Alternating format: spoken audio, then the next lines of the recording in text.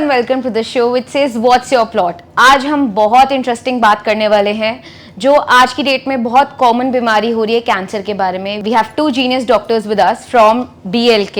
It is a very renowned hospital and इन लोगों को यूजुअली डॉक्टर्स को एक दर्जा दिया जाता है half magician and half god का। So let's see and understand कि उनकी जर्नी किस तरीके से रही और अभी तक उन्होंने कितने अमेजिंग केसेस हैंडल किए हैं और कितने पेशेंट्स को ठीक किए। Hello sir, how are you doing? Please introduce yourself about your journey. So Mansi, I'm good and I'm Dr. Surendra Dabas. So I'm the Vice Chairman Oncology Services at Max Healthcare and I work in BLK Max Hospital. What was your journey all about? How did you start doing all this? Why did you chose the profession? So doctor profession Yes. or oncology profession? First doctor and then oncology. So frankly speaking, I was in a government school till my 12th class and I have never dreamed about being a doctor. So maybe some of my teacher was a biology teacher told me that your biology is good and biology good means you can become a doctor. Okay, let me try for that. So none of my school student was a doctor till that time I never became a doctor. So there was the entrance exam. They told me there's the entrance, you have to prepare for that. So I prepared for that. I got selected and I had a good rank. I got Maulana Azad Medical College. So that was my first step of being a doctor. And I thought selection in a exam means you are a doctor. But when I came to know that is a 5.5 years course, you have to study very hard. It was a long time to become a doctor. Yes. Then once I'm there, but at that time I thought I will become a surgeon. So for me, doctor was a surgeon. It was always clear that you want to become a surgeon. For me, doctor means a surgeon. Maybe by watching movies. Okay. आप देखते थे ना कि आप operation theatre के बाद लाल और हरी बत्ती देखते थे तो मैंने कहा यार वैसे ही डॉक्टर तो बाहर आते थे तो एक और ऐसा लगता था कि मैंने सर्जन बनना ही है। सो MBBS में मैंने ये सोच लिया था कि मुझे बनना सर्जन है। सर्जन है। And then why oncology? So oncology means कि भी जब आपने अपनी MBBS कर ली, MS कर ली, तो MS के बाद टाइम आ गया था सुपर स्पेशलाइजेशन का कि भी आपको कुछ ना कुछ करना है। यस। सो उस टाइम को कैंसर सर्जन बनने का क्रेज नहीं था लोगों में। सो मैंने जैसे एंट्रेंस एग्जाम दिया, मेरा सिलेक्शन हुआ तो मैं यूरोलॉजी सर्जन बनने के लिए अपीयर हो रहा था इंटरव्यू में। Okay.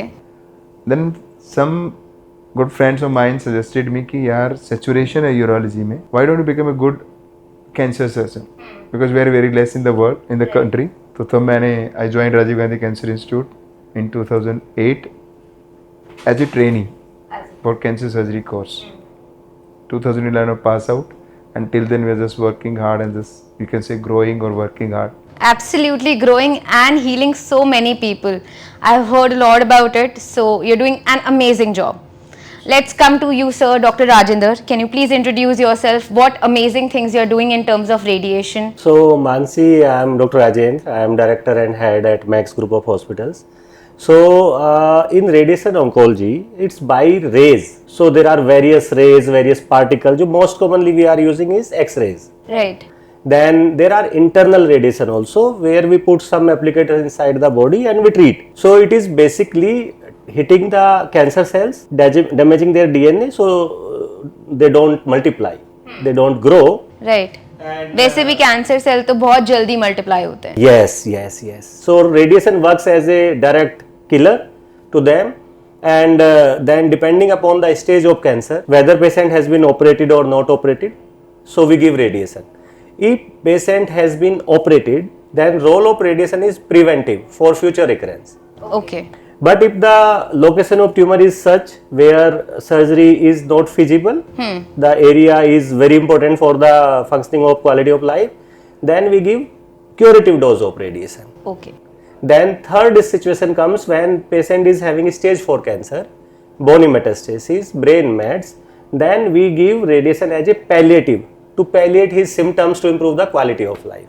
Okay. So these are some variety of radiation machines. So why did you choose to be a radiation doctor? How did your journey started? So Mansi, मेरा और डॉक्टर डबास का हम लोग अच्छे दोस्त भी हैं और हमारी जर्नी बिल्कुल बराबर सी है। Similar है। So मेरा जो बचपन था वो यूपी में डिस्ट्रिक्ट बागपत बड़ौत एरिया है, वहाँ के गांव में था। 8th क्लास तक मैं गांव में रहा। 9, 10, 11, 12 में हम लोग दिल्ली आए और एक गवर्नमेंट स्कूल में एडमिशन लिया। So my father was in army, so मेरी फैमिली पूरी आर्मी बैकग्राउंड से है।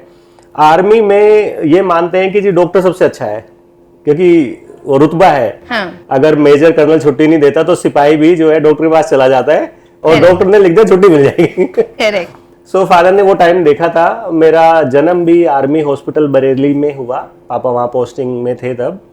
सो उन्हें बचपन से ही लगा कि बेटे को डॉक्टर बनाना है, इससे आगे नहीं पता था। सो आफ्टर 12th फिर हमने कोचिंग ज्वाइन की, दोस्तों से बात की और फिर तैयारी की। सो मुझे फिर MBBS मैंने KGMC लखनऊ में किंग जॉर्ज मेडिकल कॉलेज है, मैंने वहाँ से अपना MBBS किया। उस दौरान जैसे डॉक्टर बास ने बोला कि कोई भी लड़का जब मेडिकल फील्ड में आता है तो उसके लिए सर्जिकल फील्ड बहुत फैसिनेटिंग होता है। करेक्ट। तो मेरा भी सपना था कि सर्जरी करेंगे, बड़ौत में जाके एक नर्सिंग होम खोलेंगे और अच्छी जिंदगी जिएंगे। सो जब PG रिजल्ट्स आए, अच्छे जो कॉलेजेस थे वहां मुझे सर्जरी ब्रांच नहीं मिली। तो ये था कि अब और क्या करना है। तो पहले तो सपना था बड़ा डॉक्टर बनना है, मैं गांव का पहला डॉक्टर था। सो फिर ये हुआ, लोगों ने बताया, सीनियर्स ने बताया कि कैंसर अच्छा फील्ड है। मैंने राजीव गांधी कैंसर इंस्टीट्यूट में इंटरव्यू दिया आफ्टर नेशनल एग्जाम, तो वहां मुझे रेडिएशन ऑन्कोलॉजी मिल गई। राइट। तो लोगों ने कहा Rajiv Gandhi cancer institute north India का बहुत अच्छा इंस्टीट्यूट है, आप अगर यहाँ से रेडिएशन ऑन्कोलॉजी करते हैं तो आप जल्दी सेटल हो जाएंगे और यहाँ पे जो ट्रेनिंग है वो बहुत वर्ल्ड क्लास है। तो मैंने 2006 में वहाँ as a specialist in radiation oncology training join किया and I complete in 2009। Okay. And then I join Max hospital in 2010 और तब से मेरी and since then you are practising. Superb, great. And sir ये अब सबसे इम्पोर्टेंट क्वेश्चन पे आते हैं हम, कैंसर होता क्या है और क्यों पनपता है हमारी या किसी की भी बॉडी में? तो कैंसर होता क्यों है, उसके बहुत सारे रीजंस हैं। उसको आप, जो हम लोग जानते हैं या हमारी बुक्स जो कहती हैं कि भी आपके 3 या 4 कॉमन रीजन है, राइट, जो हम लोगों को बता पाते हैं। पर there are some few hidden facts की भी रीजंस जो हमें नहीं पता हैं और वो रीजंस हैं उसके। तो इसमें सबसे पहले हम स्मोकिंग का नाम ले देते हैं, हमने अल्कोहल का नाम ले दिया। There few viral infections, low dose radiation exposures, infection मतलब सॉरी एनवायरमेंटल हैजार्ड्स। राइट। ये चीज़ हम नॉर्मली बोलते हैं कि भी इनकी वजह से कैंसर होता है। कैंसर होता क्या है, ये हमारे नॉर्मल सेल्स ही हैं जो ओवर ग्रोथ होती है जिनकी, जो अनकंट्रोल्ड मीन्स वो कंट्रोल में ही नहीं आते। एक सेल की ग्रोथ हमेशा कंट्रोल होती है, रेगुलेटेड होती है कि सेल्स बने टूटे, दैट इज अ रेगुलेशन। एक टाइम आता है कि आपके किसी जीन में कोई गड़बड़ आए because of all these factors, फिर ग्रोथ तो होती है बट टूटते नहीं। And then at one time they become uncontrolled, उसको हम कैंसर सेल्स बोल देते हैं। फिर वो लेयर्स को तोड़ते स्प्रेड होने शुरू हो जाते हैं, उसको हम स्प्रेड आउट बोलते हैं, स्प्रेड मेटास्टेसिस बोलते हैं, शुरू होना शुरू हो गए। तो नॉर्मल सेल्स हैं, कहीं बाहर से सेल्स नहीं आते जो हमारी ग्रोथ कंट्रोल से बाहर चले जाते हैं, ये कैंसर सेल्स हो गए। होने के रीज़न मल्टीपल हैं, जो हमें फ्यू रीजन ही पता है, सारे रीजन हमें नहीं पता है। बट ये जो रीज़न है ये 15 to 20% कैंसर्स का रीज़न है। मैक्सिमम रीजंस क्या है कि एक जीन में चेंज आना चाहिए जो हमारे ग्रोथ को कंट्रोल करता है, और उसके कितने फैक्टर्स हैं, क्या रीजंस हैं, देयर अननोन फैक्ट्स जो हम लोगों को नहीं बता पाते हैं। क्या ये जेनेटिक्स भी हो सकता है? Yes, few cancers are genetic, like we say 10% of cancers are genetic, और इसमें सबसे कॉमन कैंसर कोलोन और ब्रेस्ट जो हम जेनेटिक कैंसर बोलते हैं। Again there are in family, जितने लोगों को फैमिली में कैंसर, उतना ही नेक्स्ट जनरेशन को ज़्यादा रिस्क, और बोथ ओवरी एंड कोलोन दोनों के लिए। जितनी कम एज पे फैमिली में किसी को कैंसर आया तो नेक्स्ट जनरेशन को और जल्दी भी आ सकता है। ओके। तो ये इसके अगर आप डिटेल में जाओगे तो डिटेल बहुत सारा है इसका, पर डिटेल में लोगों को नहीं समझ में आती चीज़। बट हाँ, अगर ब्रेस्ट और कोलोन कैंसर किसी को फैमिली में है तो फैमिली का चेकअप जरूरी है। How and what are the ways they can cure themselves from cancer? अगर ऑलरेडी किसी की प्रीवियसली ग्रैंड मदर या मदर को था, अब उनकी डॉटर को कैसे, वो क्या स्टेप्स लें जिससे कि पहले से ही क्योर रहे वो उस चीज़ के बारे में? इसमें हम कहते हैं कि there is word screening. Screening means एक है नॉर्मल इंसान के लिए, एक है high risk. High risk means जो फैमिली हिस्ट्री जिनकी, राइट। सो नॉर्मल स्क्रीनिंग, मान लो हम ब्रेस्ट की स्क्रीनिंग स्टार्ट करते हैं, that is normally at the age of 45 और 50। बट हाई रिस्क फैमिली में ये स्क्रीनिंग नॉर्मली 25 साल पे भी शुरू हो जाती है, क्योंकि इनको ज़्यादा रिस्क है कैंसर होने का, क्योंकि वो जेनेटिक्स है। हाँ, स्क्रीनिंग आपको क्योर नहीं करेगी, बस स्क्रीनिंग आपके कैंसर को जल्दी डिटेक्ट कर लेगी, सो दैट आप उसका ट्रीटमेंट कर पाओ। करेक्ट। या आपने फैमिली में वो जीन ढूंढ लिया जिसको हम BRCA1 BRCA2 कहते हैं, ओके वो जीन पॉजिटिव है फैमिली में, मान लीजिए मदर को पॉजिटिव है, देन उनकी डॉटर को स्क्रीन करोगे उसी जेनेटिक टेस्ट के लिए, उसी म्यूटेशन के लिए, अगर वो उसमें पॉजिटिव आ गई मीन्स इसको कैंसर होगा ही होगा। ओके फॉर एग्जाम्पल मदर को कैंसर है, आपने वो जेनेटिक टेस्ट किया BRCA1 BRCA2, सो वो पॉजिटिव आ गया, मीन्स उनकी बेटी को 50% चांस है कि वो जीन पॉजिटिव आए। ओके आपने उनको टेस्ट किया तो टेस्ट पॉजिटिव आने के बाद मीन्स इसको कैंसर डेवलप होगा ही होगा, चाहे वो 30 साल की एज पे हो, चाहे 50 की पे या 60 की पे। Okay now we use a word prophylactic surgery. Okay prophylactic surgery का मतलब है बिफोर कैंसर डेवलप आप उस चीज की सर्जरी करा लो, मीन्स आपने ब्रेस्ट को निकाल दिया, लाइक कोलोन कैंसर, अगेन आप कोलोन को निकाल दो। तो ये prophylactic surgery in high risk लोगों के लिए जिनमें जेनेटिक टेस्ट पॉजिटिव आ जाए। ओके आप सारे प्रोज एंड कॉन्स पेशेंट से डेवलप डिस्कस करते हो, correct and then you do the prophylactic surgery, पर कुछ लोग नहीं कराते हैं, then they are kept as an high surveillance, okay कि आप उनको रेगुलर चेकअप करोगे, जहां आप साल या 2 साल में चेकअप करते हो उनका 6 महीने में करोगे या साल से पहले सो रेगुलरली पेट स्कैन ही होता है? नहीं, डिपेंड करता है। MRI ब्रेस्ट के लिए बेस्ट माना जाता है, ओके कोलोन के लिए कोलोनोस्कोपी, ओके तो पेट स्कैन नॉर्मली ऐसे सर्विलेंस के लिए नहीं है। और सर अगर किसी ने ऑलरेडी सर्जरी करा ली है, how much is a possibility कि रेडिएशन से वो 100% क्योर हो जाएगा if it's a local cancer? Mansi, depend करता है कि किस स्टेज में कैंसर आपने डायग्नोज किया। जैसे हम जानते हैं कि 4 स्टेजेस है, करेक्ट सो स्टेज 1, 2, 3, 4, और 4 भी 2 भागों में डिवाइडेड है। जहां कैंसर हुआ, सपोज मुंह के किसी हिस्से में हुआ और उसने आसपास के सेकंड ऑर्गन को, बोन को या नियर बाय सेकंड ऑर्गन को इन्वॉल्व किया, तो वो स्टेज 4 तो हुआ बट लोको रीजनल हुआ। ओके दूसरा स्टेज 4 हम लोग बोलते हैं जब एक्सटेंसिव मेटास्टेसिस हो गई। ओके सो अभी हम बात कर रहे हैं कि जिन केसेस में सर्जरी हो गई, रेडिएशन की इंडिकेशन है, सो सर्वाइवल डिपेंड्स अपॉन कि जब सर्जरी की गई तो उसका स्टेज क्या था। करेक्ट अगर हम कहें जी stage 1 and 2 early risk, early cancers है, स्टेज 3, 4 लेट है, तो स्टेज 1 और 2 operable, operated by good surgeons with good clear margins, given radiation if indicated, then cure rate is in the tune of 80 to 95%. Okay But if it is stage 3 and 4, then the chances of cure after complete surgery, radiation plus minus chemotherapy drugs if required, then the survival is in the range of 40% to 70% depending upon the site of cancer, कि शरीर के किस हिस्से में हुआ। ठीक सो शरीर के किस हिस्से में हुआ और कितना अग्रेसिव था, तो उसकी फीचर्स हम लोग देखते हैं और उसके हिसाब से उसका क्योर हम लोग बोलते हैं। ओके और किस किस तरीके के कैंसर्स होते हैं? सो कैंसर मानसी आपके शरीर में किसी भी ऑर्गन में हो सकता है, ब्रेन से लेकर टो तक। अब हर साइट पे कैंसर का स्टेज, टाइप सब में अलग अलग, करेक्ट तो लोगों के लिए कैंसर एक वर्ड है, पर नॉर्मली कैंसर के टाइप्स बहुत सारे हैं। मालूम, मैं सिंपल एग्जांपल लेता हूँ लंग कैंसर का। लोगों के लिए भी लोग कहेंगे फेफड़े में कैंसर है जी, डॉक्टर पूछेगा भी किस तरह का कैंसर है जी, वो तो नहीं पता। बट जनरल नॉलेज के लिए फेफड़े में नॉर्मली हम 3 तरह के कैंसर की बात करते हैं worldwide, squamous cell carcinoma, adenocarcinoma, small cell carcinoma. तीनों की स्टेजिंग भी थोड़ी डिफरेंट है, तीनों का ट्रीटमेंट भी डिफरेंट है, ओके तीनों का सर्वाइवल भी डिफरेंट है। अब तीनों के ट्रीटमेंट की भी कॉस्टिंग डिफरेंट हो गई, तो ये भी जानना बहुत जरूरी है कि कैंसर किस जगह का है, क्या स्टेज है, किस टाइप का है, और हर एक का तरीका उसको हैंडल करने का बहुत अलग है। नॉर्मल इंसान के लिए कैंसर एक ही है, पर फॉर डॉक्टर्स के लिए साइट, साइज सब डिफरेंट है, type, everything is different, very vast. जब आप ऑपरेशन थिएटर में अंदर करते हो, so tumour means there is a growth, okay उसके अंदर स्प्रेड करने की पोटेंशियल नहीं है, okay that is tumour, we say benign tumour. Okay when they have a potential to grow multiply and spread, then they become cancer. Okay So गांठ is tumor. Tumour, और उसी गांठ से ही कैंसर बनता है। उस गांठ को जब आप और डेवलप होती है और स्प्रेड होना शुरू होती है लाइक ब्लड में या लिम्फ नोड्स में, then it become cancer. क्या इन ट्यूमर्स के भी अलग अलग कलर्स होते हैं?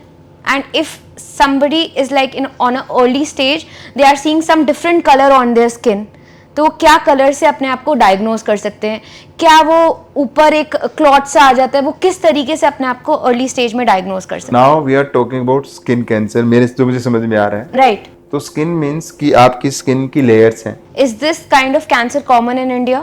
Not very common, but yes, basal cell carcinoma is still common. Melanoma is also there, but they are not very common cancers. What is the most common cancer in India? So now divide between male and female. Okay, yeah. So female till today the breast cancer is most common.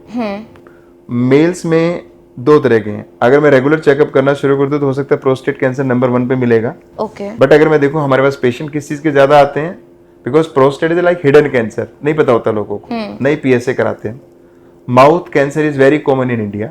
We say around 30 to 35% जितने भी cancer mails में होते हैं वो mouth cancer होते हैं. Mouth means head and neck cancer, I can say that. Mouth means मुंह, throat, thyroid, इन सबको मिलाओगे तो 35% all cancers in males is head neck. Head and neck. Okay.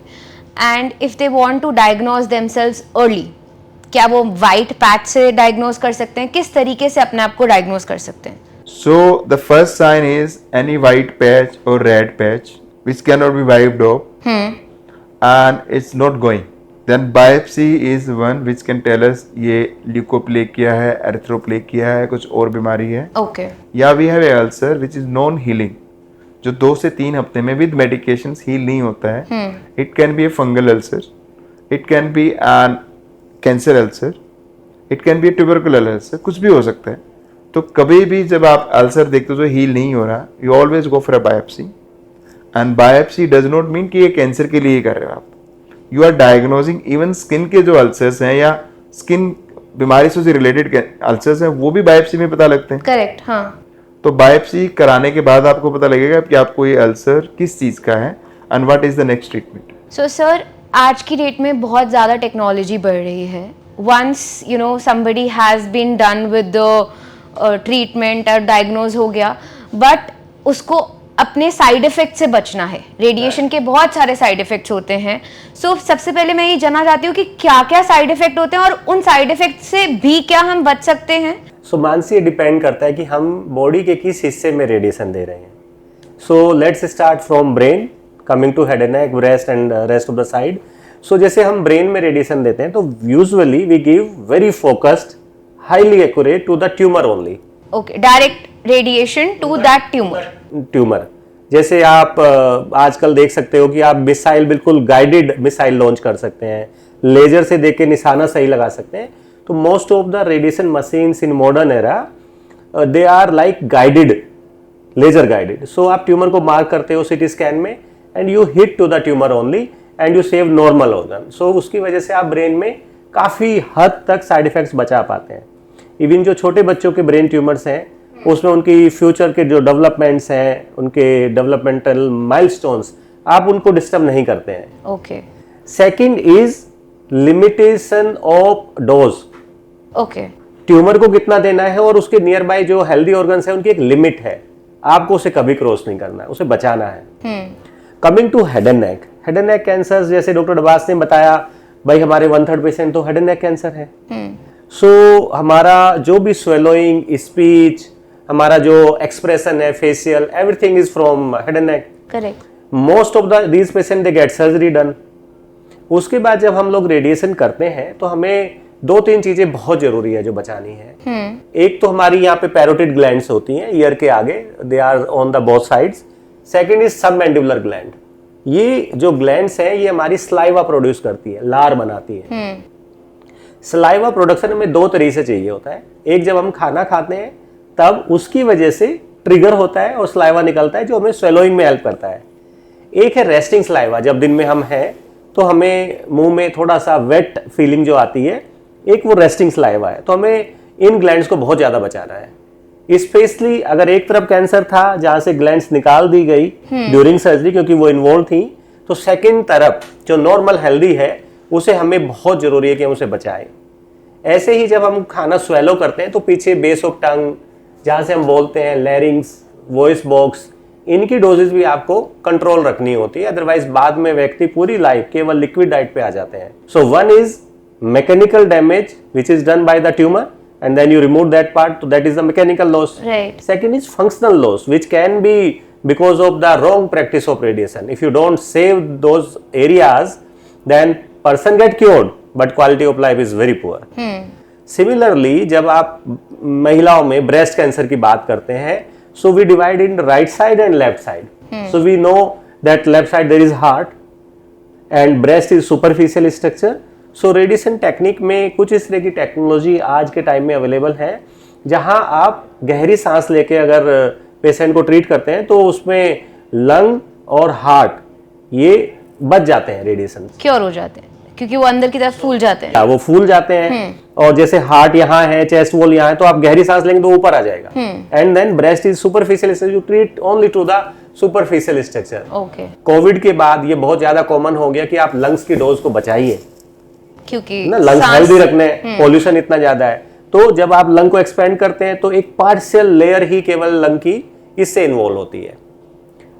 Third, pelvic organ. Females में अगर हम uterus, cervix, ये area हम treat करते हैं तो उसके पास से स्टूल पैसेज है, उसके आसपास इंटेस्टाइन है, तो उसमें आपको बहुत ज़्यादा ज़रूरत होती है जब आप ट्रीट करें उस समय उनका यूरिनरी ब्लैडर कितना फिल है, स्टूल पैसेज कैसे फिल है. तो आप आजकल मॉडर्न मशीन उसको during treatment, just immediately before treatment they can take a CT scan on the machine and immediately they can see and they can save those organs.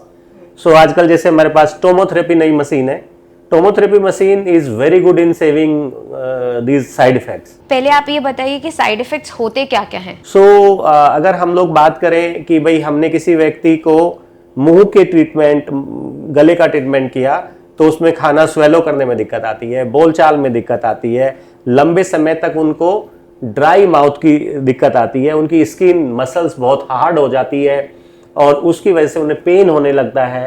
अगर ठीक से treat नहीं किया गया, अच्छे से फिजियोथेरेपी नहीं की गई, तो ये साइड इफेक्ट लंबे समय तक रहते हैं. ओके. और अगर आपने जो मुंह खोलने की जो मसल्स हैं, अगर इस एरिया में आपने कंट्रोल नहीं किया तो लोगों की माउथ ओपनिंग बहुत कम हो जाती है. और कुछ patient life long Ryle's tube पे डिपेंडेंट हो जाते हैं. तो surgeon has done his job very good. उन्होंने ट्यूमर ही निकाला और जो आसपास इन्वॉल्व एरिया था वो निकाला. उसके बाद it is the responsibility of the radiation oncologist to counsel the patient कि भाई फिजियोथेरेपी जरूरी है. So at our institute we have dedicated team of rehabilitation attached with the oncology. So वो जैसे ही सर्जरी होगी वो उसी दिन से दे आर एक्टिव. वो पेशेंट को बोलते हैं आपको जैसे ही मेजर साइड इफेक्ट रिकवर हो, आपको 1 वीक के बाद से ही स्वेलो करना है, आपको चलना है. और with the help of these teams हम लोग पेशेंट्स की क्वालिटी ऑफ लाइफ बहुत अच्छी इंप्रूव कर पाते हैं. So majorly this is like the best suggestion to all the patients after radiation or within the time of radiation also they can start their physiotherapy and swallowing exercises, which is very important. अगर मुंह नहीं खुलेगा, खाएंगे नहीं तो चलेंगे कैसे और आगे कैसे बढ़ेंगे लाइफ में. And then second important thing Mansi, लोगों को क्या होता है कि जब क्राइसिस है, व्हेन दे आर डिसीज्ड, तो सब कुछ करते हैं. But once they are cured after 1 month 2 month वो फिर कुछ नहीं करते. सो ऐसा नहीं है.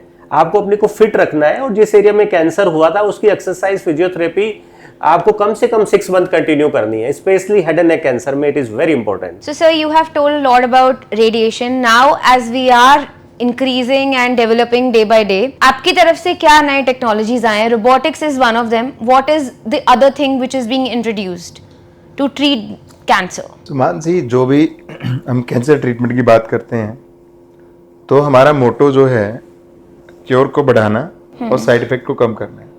जो हम रेडिएशन की बात करें, तो हम कीमो की बात करें या सर्जिकल फिट की बात करो, तो रेडिएशन में डॉक्टर राजेंद्र जैसे बता रहे हैं कि भी आप उस रेडिएशन को फोकस में लाने की कोशिश कर रहे हो ताकि साइड इफेक्ट्स मिनिमम हो जाएं, नॉर्मल टिश्यू पे रेडिएशन कम से कम लगे. ऐसे सर्जन्स सर्जिकल ट्रॉमा कम करना चाहते हैं. सर्जिकल ट्रॉमा मीन्स आप बहुत ज़्यादा बड़े बड़े कट मत दो, आप टिश्यू की हैंडलिंग बेटर करो सो दैट पेशेंट की रिकवरी फास्ट हो, बेटर हो. एंड सर्जन के लिए भी फ्रेंडली टेक्नोलॉजी चाहिए कि भी सर्जन 8-8 घंटे खड़े होकर सर्जरी ना करे, because you become tired and cancer are long time surgeries. So robotic surgery एक ऐसी ही टेक्नोलॉजी आई थी which is an AI based technology, जिसमें सर्जन दूर बैठ के ऑपरेट करता है. पेशेंट पे आप खड़े होते हो, आप 2 हाथ से सर्जरी करते हो, you can't use your legs. Laparoscopy में भी सेम है, 2 हाथ से आप सर्जरी करते हो. सो जब भगवान आपको 4 हाथ दे, 2 हाथ पुश करने के लिए, 2 हाथ सर्जरी करने के लिए, तो it becomes N 4 hand surgery. वो आसान हो जाती है, टिश्यू हैंडलिंग बेटर हो जाती है. तो रोबोट ऐसे ही आया. रोबोट के 4 आर्म्स हैं, एक में कैमरा, 3 में वर्किंग इंस्ट्रूमेंट. जिसमें आप दूर बैठ के सर्जरी कर रहे हो, पैर से भी इंस्ट्रूमेंट हैंडल कर सकते हो, हाथ से भी कर सकते हो। जिसके बेस पे सर्जिकल एक्सपर्टाइज बढ़ी, टिश्यू हैंडलिंग बेटर हुई, मैग्नीफाइड व्यू आया, 3D आया, तो उससे आपको दिखता अच्छा है, ब्लीडिंग कम होती है, रिकवरी फास्ट है। टेक्नोलॉजी आई रोबोट में ज्वाइंट करने की, लाइक इंटेस्टाइन को इंटेस्टाइन से जोड़ना, कट करने की, तो उससे आपका टिश्यू ट्रॉमा कम हुआ, आपकी कहते हैं कि प्रिसीजन बढ़ गई हर चीज की, तो complication of surgery went down. Patient को कट नहीं लगा तो उसकी कॉम्प्लिकेशन कम हो गई। It means recovery became fast.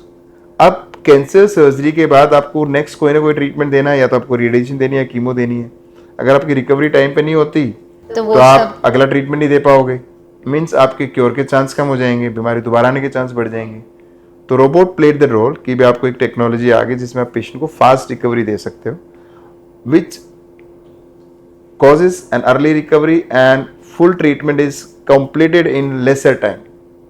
सो हमारी एक डिक्टम लाइफ हेड नेक की बात करता हूँ, आपने सर्जरी की, सर्जरी करने के बाद आप रेडिएशन देते हो, तो आपका ट्रीटमेंट अगर 100 डे में पूरा हो जाता है, 100 डेज में, प्लस 100 डेज प्लस में होता है, तो जिनका 100 दिन में पूरा हुआ उनके रिकरेंस के चांस कम है as compare to people who took more than 100 days to complete the treatment. So this way अगर हम कोई हेड नेक सर्जरी करते हैं और उसमें कोई इन्फेक्शन हो गया, अब रिकवरी नहीं हो पाई, रेडिएशन लेट हो गई, तो बीमारी जल्दी आएगी। It's a fact. तो रोबोट ने ये एडवांटेज दी। अब सेकेंड जो और टेक्नोलॉजी क्या है, like we use and technology is हाईपेक। अब बहुत नई टेक्नोलॉजी तो नहीं है, थोड़ी पुरानी हो गई है, बट अभी भी बहुत कॉमनली यूज हमारे देश में नहीं करते। राइट। फैसिलिटीज नहीं है, आप एक्सपर्टाइज नहीं हो उस टेक्नोलॉजी में। मीन्स आप इसमें जैसे आप कीमो देते हो आईवी, वो पूरे शरीर में जाती है, साइड इफेक्ट ज़्यादा है। It is a local chemotherapy which is giving inside the abdomen, chest में भी देते हैं।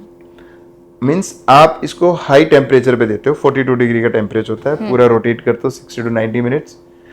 हाई टेम्परेचर में आपके सेल्स के पोर खुलते हैं, कीमो अंदर जाती है, तो less dose of chemo will be highly concentrated and cell उसको मारती है, तो उसके लिए ज़्यादा साइडल है। मीन्स कम डोज में आपका इफेक्ट ज़्यादा आया, तो लोकल रिकरेंस के चांस कम हो गए। And is it given with in the operation? During operation only. आपने सर्जरी पूरी करी, आपने ट्यूमर क्लियरेंस जितना आपको दिखता है वो क्लियर किया, फिर आपने हाईपेक दिया। And this is more effective in like ovarian cancer, colon cancer, nowadays in stomach cancer, जो सरफेस कैंसर होते हैं, जो वहीं स्प्रेड करते हैं।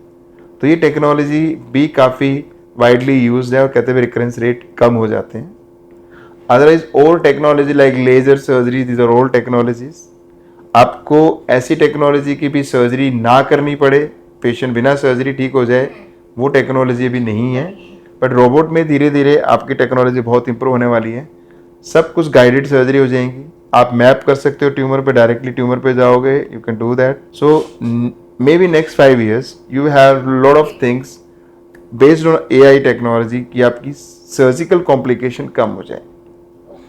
सो डॉक्टर अब्बास, जैसे हम लोग आपके पेशेंट्स देखते हैं, आज से 10 साल पहले हम लोग देखते थे कि सर्जरी के बाद जो व्यक्ति का कॉस्मेटिक आउटकम था वो बहुत खराब होता था। मूवीज में भी दिखाते थे बड़े बड़े फ्लैप और ऐसे ही अटैच कर देते थे फेस को। मेरा क्वेश्चन आपसे ये है कि जैसे रोबोटिक सर्जरी बहुत रिफाइंड सर्जरी आप कर सकते हैं, यंग पेशेंट्स जिनको कॉस्मेटिक आउटकम की भी चिंता है, यंग फीमेल्स हैं, थायराइड सर्जरी है, तो उसमें आप लोग ऐसा क्या करते हैं कि जिसमें स्कार्स विजिबल नहीं होते, तो उसमें आप कुछ बताएं। सो वी से scarless surgery. Scarless surgery means if you are suffering from early cancer. Early cancer means टंग का कैंसर या माउथ का कैंसर, तो आप पेशेंट सारे आउटकम चाहते हैं। He want cure, he want good functions like speech, swallowing, neck movement, shoulder movement, and he want a good cosmetic outcome. Right. Because they have to live in society. अगर आपका scar गंदा होता है, drooling of saliva, तो आपको लगता है socially you are not accepted और you can't sit with the family और विद फ्रेंड्स। सो जैसे हम रोबोटिक सर्जरी करते हैं, रोबोटिक सर्जरी मीन्स आप पर ओरल सर्जरी करते हो अंदर से, फेस पे कट नहीं देते हो, एंड देन नेक की सर्जरी रोबोटिक करते हो। इवन फ्लैप की रिक्वायरमेंट है तो फ्लैप भी अंदर ही अंदर लगाते हो, पर वो बीमारी आपकी स्किन पे नहीं आनी चाहिए पहले से ही। अगर आपकी बीमारी अंदर से शुरू कर स्किन पे आ गई तो स्किन काटनी पड़ेगी आपको, तो आपके आउटकम उतने अच्छे नहीं आ पाते। बट मैं हमेशा सर्जरी में एक चीज कहता हूँ, जब आप लिप पे कट देते हो ना, that is the worst cut. Lip पे कट देने के बाद आपकी मसल्स आप उस तरह अलाइन नहीं कर सकते जो भगवान ने की। आप उस कॉम्पिटेंस को नहीं मेंटेन कर पाते जो सक्शन के लिए चाहिए, Yes. स्पीच के लिए चाहिए। Right. तो अगर आप लिप पे कट मिनिमम दो तो आपकी स्पीच स्वॉलोइंग मच बेटर होते हैं। आप टंग का रिकंस्ट्रक्शन करो, मुंह का करो, सब कुछ करो, but try to avoid bigger cuts. Neck पे आप कट देते हो तो शोल्डर डिस्फंक्शन होता है, हाथ उठाना मुश्किल हो जाता है। अब नेक पे कट नहीं दोगे, आप मसल्स को नहीं काटते हो, मसल्स को स्ट्रेच नहीं करते हो, तो आपकी नेक मूवमेंट्स बेटर रहती हैं। कॉस्मेटिक तो है ही है। कॉस्मेटिक मीन्स आपने कट नहीं दिया तो उसका फाइब्रोसिस होता है, पेन होता है, स्टिफनेस होती है, स्टिफनेस होती है, यस। एक न्यूरोपैथिक पेन होता है, मीन्स एक करंट की तरह पेन जाता है। That is very disturbing for few patients. तो अगर आप रोबोटिक सर्जरी करते हो, अंदर ही अंदर करते हो, without stretching muscles, without injuring any nerve, तो उस पेशेंट को नेक movements. So it's more functional and it's more flexible to everybody. So nowadays people want cure plus functional outcomes. लोग ये भी कहते हैं सर मैं जिंदा रहूं तो 4 साल, बट मजे से रहने दो। Yes. मतलब मुझे ऐसे नहीं रहना कि मैं ठीक हूँ पर मैं ना बोल पा रहा हूँ ना मैं खा पा रहा हूँ ठीक से। उस लाइफ का कोई फायदा नहीं। कोई फायदा And they are really very honest opinions about कि भी हाँ मुझे ऐसा ट्रीटमेंट नहीं चाहिए। Which is a good thing, I feel. Very open towards the thing. So doctor Dabas, usually हम लोग सोसाइटी में पेशेंट्स हमसे पूछते हैं, लोगों को ये मिथ है कि रोबोटिक सर्जरी जहाँ छोटे ट्यूमर है वहीं ज़रूरत होती है, लंबे फूड पाइप के कैंसर है, डीप सीटेड ट्यूमर्स हैं, तो आपको हेड एंड नेक कैंसर के अलावा कहाँ लगता है जहाँ रोबोटिक सर्जरी कर सकते हैं, या आप अपनी प्रैक्टिस में और कौन कौन सी साइट में रोबोट्स को यूज़ कर रहे हैं? राजेंद्र, ऐसा है कि रोबोटिक सर्जरी मीन्स एक टेक्नोलॉजी है सर्जरी करने की। तो जहाँ सर्जरी पॉसिबल है और जहाँ आपका बहुत बड़ा ट्यूमर नहीं है, क्योंकि उसको निकालने के लिए आपको कट देना पड़ेगा। Right right. Like food pipe cancer है, ये ल्यूमिनल कैंसर है, कोलोन कैंसर है, ल्यूमिनल कैंसर है, जहाँ पे आप एक पार्ट ऑफ ट्यूब में कैंसर है, Correct. तो उस ट्यूब को निकालना आसान है। तो अगर आप कोई भी चेस्ट की सर्जरी करोगे तो आपको बड़ा कट देना पड़ेगा और चेस्ट को खोलना पड़ेगा। चेस्ट खोलना मीन्स कोई ना कोई रिप टूटेगी, पेनफुल होता है। तो रोबोटिक सर्जरी मैं आज के टाइम में कहता हूँ कि everywhere is possible. It should be एक indication for surgery. Brain and bone छोड़ के you can do a robotic surgery everywhere, even in heart, even for food pipe cancer, गले का कैंसर, मुंह का कैंसर, थायराइड का कैंसर, लंग्स का cancer, thymus का कैंसर, पेट के कैंसर, पेनक्रियाज के, लीवर के, gynaec cancers, urological cancer, everywhere you can do except brain and bone. अब लोग बोन में भी कहने लगे TKR रोबोट से करते हैं, that is a navigation technique. But again अब 16 सेंटीमीटर का कोई पेट में ट्यूमर है, कहते हैं मैं रोबोटिक करूंगा, भाई निकालना तो पड़ेगा आपको। अब 10 सेंटीमीटर का ट्यूमर है, इस फाइन यू कैन मोबिलाइज एंड छोटे कट से आप बाहर निकाल सकते हो, पर बड़े ट्यूमर में आपको ओपन कट देना ही पड़ेगा। Right right. तो एक सर्जन को डिसीजन लेना चाहिए कि कहाँ रोबोटिक सर्जरी पॉसिबल है, कहाँ नहीं है। Robot can not do everything. It is you use the technology to give benefit to your patient. Correct. You use the technology and your experience and take the decision on the table which is required. Yes, for the patient. Absolutely. So, sir, अभी तक आपकी journey में what was the most difficult case you have handled and अभी तक वो आपका experience आपके जहन में बैठा रहा है? So, मैं बात करूं ओपन सर्जरी की या मैं बात करूं रोबोटिक की, तो कुछ ऐसे केसेस होते हैं जिसमें आप डिसीजन लेते हो और आप वो डिसीजन लेते हो कि आप खुद नहीं लेना चाहते हो चीज, आपको लेना पड़ता है कि भी कोई और ऑप्शन नहीं है। Like may be around 4 years back, very young girl, unmarried, very huge tumour, उसकी 2 सर्जरी पहले एम्स में हो चुकी थी। जब वो हमारे पास आई थी तो लाइक मटका नहीं होता, मटका किधर? ओह, स्टमक पे था। पेट, या पेट वाज लाइक दिस, लाइक मटका, एंड शी वाज डिक्लेयर्ड कि surgery can not be done. So when she came, उसके बेसिकली जो आपकी एक वेन होती है IVC, वो पूरी कंप्रेस थी, जिसकी वजह से उसका BP was very less. She came in emergency, like BP was 60-40। ICU में आई, मैंने ICU वाला बोला भी मुझे एक दिन इस लड़की को डेवलप, मतलब BP डेवलप करोगे, BP कम से कम 80-90 हो जाए कि आप इसको ऑपरेशन थिएटर ले जाने के लायक तो बनो। ICU में रखा, BP पिक नहीं हो पा रहा है, कि उन्होंने अपनी हर ट्राई कर ली कि भी नहीं BP नहीं पिक हो पा रहा, क्या करें। She was conscious, she was speaking to us, कहते डॉक्टर मुझे ही नहीं पता, मुझे बचा लो। मैंने कहा इस सर्जरी में तो मर भी सकती है, कहते आई एम रेडी, मैं वैसे भी मर रही हूँ। There was nobody from the family with her, She was alone. Yeah, she was alone with her friend, and friend took a decision. Sir, operate her. She is alive or she is not alive. We don't care. We want the treatment. हम अपना chance तो लें। Yeah, we went to the OT, and OT में हमने जैसे ही उसका tumour निकाला बाहर, she became pulseless, BP-less. No pulse, no BP. My anesthesia people said, wait for 1 hour. Don't do anything. हमने 1 घंटा चुपचाप OT में खड़े रहे, उसका पल्स BP वापस आया, फिर वापस सर्जरी शुरू करी, and she was young, that was will taking a chance. Next day ICU में वो बंदी बिल्कुल फिट बैठी है. मैंने बोला उसको, यार तूने हमारे पसीने छुड़वा दिए पूरे दिन, सुबह से रात तक डिसीजन लेने में, करने में, और तू आराम से बैठी. कल रुक से मुझे कुछ पता ही नहीं. मैं कहा तू ऊपर भगवान को हाथ लगा के आ गई है. 1 घंटा तू किसी के पास नहीं थी, 1 घंटा तू भगवान के पास जा चुकी थी. हमने सोचा शायद तू वापस नहीं आएगी. एंड लकीली और अनलकीली वो 3 साल 4 साल बिल्कुल ठीक रही. It was cancer, very aggressive sarcoma कहते हैं हम. एंड 4 साल बाद उसको वापस कैंसर आया एंड वो स्प्रेड करके आया. ट्रीटमेंट में रखा, कीमोथेरेपी पे. And maybe around 5-6 month back she lost her life. But उसके जो उसने बुक भी लिखी कुछ, उसने हुआ है कि जो मेरे 4 साल थे ये मेरी ज़िंदगी के बेस्ट लाइफ थी, क्योंकि उससे पहले मल्टीपल सर्जरी करा चुकी थी, बार बार तंग हो रही थी. She was still unmarried, living her life with a friend, and she did whatever she want to do, roam around the world. जो सब कुछ किया उसने, मुझे 4 साल मिले, आई वॉज हैप्पी. एंड मतलब कई बार आपको लगता है कि डिसीजन आपने उसको 4 साल दिए, it was a good decision. नहीं तो 4 घंटे भी नहीं थे हमारे पास, ना चाह के करना पड़ा. तभी सर आप लोगों को डॉक्टर और मैजिशियंस बोला जाता है. आई डोंट नो, बट ऊपर वाला था हमारे साथ जो 1 घंटा वो ऊपर रही और हम नीचे देख रहे हैं वो क्या रहा है. और what was the case about robotic surgery का? रोबोटिक सर्जरी में बेसिकली ना ऐसे कोई चैलेंजिंग केस नहीं होते कि फिर हाँ एक चैलेंज ये होता है कि जैसे डॉक्टर राजेंद्र से पूछ रहे हैं कि स्कारलेस कैसे करते हो, तो सरप्राइजिंगली वर्ल्ड में कोई स्कारलेस सर्जरी नहीं करता. मेरे दिमाग में कैसा है, मैंने क्यों शुरू की, मैं अपने आप को जाके सोचता हूँ मैंने क्यों शुरू की. एक लोग सर्जन क्या कहते हैं, बड़ा कट बड़ा सर्जन, ये कहते हैं लोग. और हम कट को छोटा करते करते आ गए, बिकॉज मैंने देखा ना लोगों को कट का नुकसान कितना हो. फिर ये टेक्नोलॉजी आपने कैसे डेवलप किया, आप कैसे यहाँ जा सकते हो, दिस योर माइंड सेट की I want to do something new. Correct. तो लोग कहते हैं भी होता कैसे पॉसिबल है, ये कैसे हो सकता है. तो मैं I do live surgeries, I show them how I do it.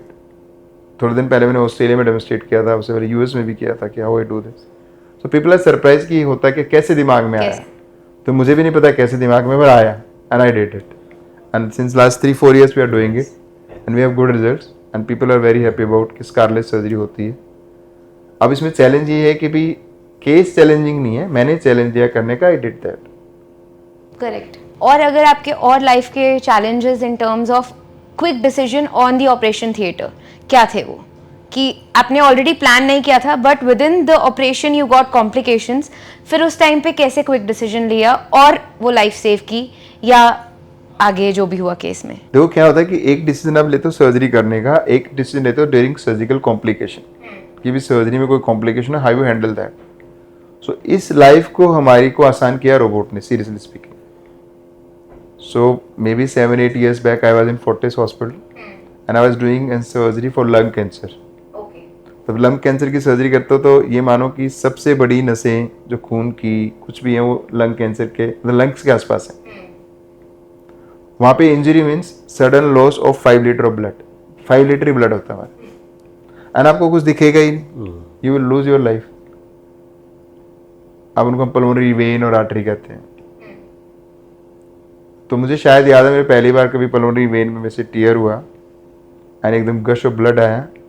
तो रोबोट में एक टेक्नोलॉजी है कि आप उसको क्लैंप कर सकते हो, क्लैंप करके आप खड़े हो जाओ, वो क्लैंप ही रहेगा.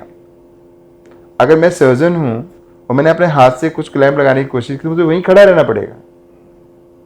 पर मैंने रोबोट पे क्लैंप लगाया और मैं रोबोट से बाहर आ गया. अब मैं गया पेशेंट के पास, मैं आराम से ओपन करके खोल के सब कुछ हैंडल कर सकता हूँ. देयर वाज एक जो शुरू में गश ऑफ ब्लड आया उसके बाद कुछ नहीं, everything is fine, stable, and we repaired this tear and patient was fine. And till today patient is absolutely fine. Lung cancer 7-8 years back treated. पर उस टाइम आपको एक बार लगा था यार ये फटी, ये तो गया. तो ये चीज़ें हमें एक प्रेजेंस ऑफ माइंड भी होती है और एक हमें टेक्नोलॉजी भी बेनिफिट दे रही है. तो इसलिए मैं आपको कह रहा था कि आने वाले टाइम में टेक्नोलॉजी ऐसी आएगी कि कि पेशेंट की सेफ्टी के लिए आउटकम, मतलब उनके आउटकम बेटर हो, टेक्नोलॉजी डेवलप हुई जा रही है. सर पोलियो का भी इलाज आ गया है बट इसका कोई इलाज नहीं है. कैंसर का इलाज है.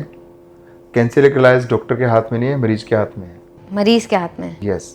एक टाइम पे इलाज कराना. पर उसको नहीं पता चला.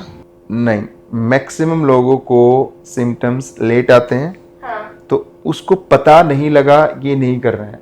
आपको पता लगाना है कि आपके शरीर में कैंसर तो नहीं है।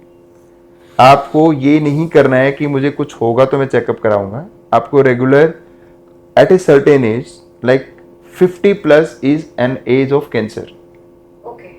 तो 50 प्लस लोग अगर कैंसर का चेकअप कराना शुरू कर देंगे तो एटलीस्ट हम 60-70% को कैंसर्स को अर्ली डिटेक्ट कर सकते हैं without symptoms, and you treat them with lesser treatment and high chance of cure. But 95% लोग हमारे देश में चेकअप नहीं कराते। 95% अब टेलिंग यू। वेस्टर्न पॉपुलेशन में जाओ, यूएस में मैंडेटरी है कि आपको चेकअप कराना ही कराना है। अब कॉर्पोरेट आया है, जब भी आप नौकरी करने जाओगे तो पहले आपका हेल्थ चेकअप होगा पूरा।